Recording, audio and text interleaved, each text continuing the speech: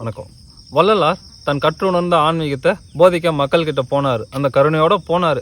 ஆனால் மக்கள் எல்லாமே பசி பட்டினி.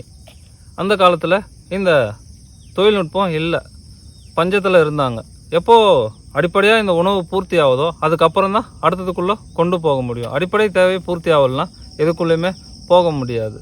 ஆனால் இன்றைக்கி காலகட்டத்தில் பார்த்தோம்னா இந்த அடிப்படை தேவை பூர்த்தி அடைஞ்சிடுது, பெரும்பாலான மக்களுக்கு அடைஞ்சிடுது. என்ன காரணம்னு பார்த்தா இன்றைக்கி இருக்கிற தொழில்நுட்பம்.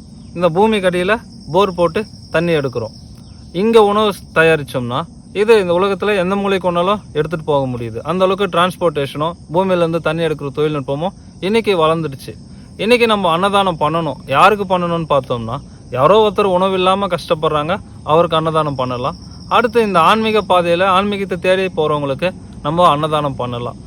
இதுக்காக இன்றைக்கி வள்ளலார் சொன்னதுக்காக அன்னதானம் பண்ண தேவையில்லை. இந்த ரெண்டு தன்மையில் இருக்கிறவங்களுக்கு நம்ம அன்னதானம் பண்ணிக்கலாம். இப்போ என்ன பண்ணணும் மூணாவதுன்னு பார்த்தோம்னா, வள்ளலார் வெறும் அன்னதானம் கொடுத்து மட்டும் கட்டலை. அதுக்கப்புறம் சிற்சபை பொற்சபை எல்லாமே கட்டி வச்சிருக்கிறாரு. ஆன்மீகத்தை நோக்கி வரணும். அவர் நோக்கம் அவ்வளோதான், மக்கள் ஆன்மீகத்துக்குள்ளே வரணும்.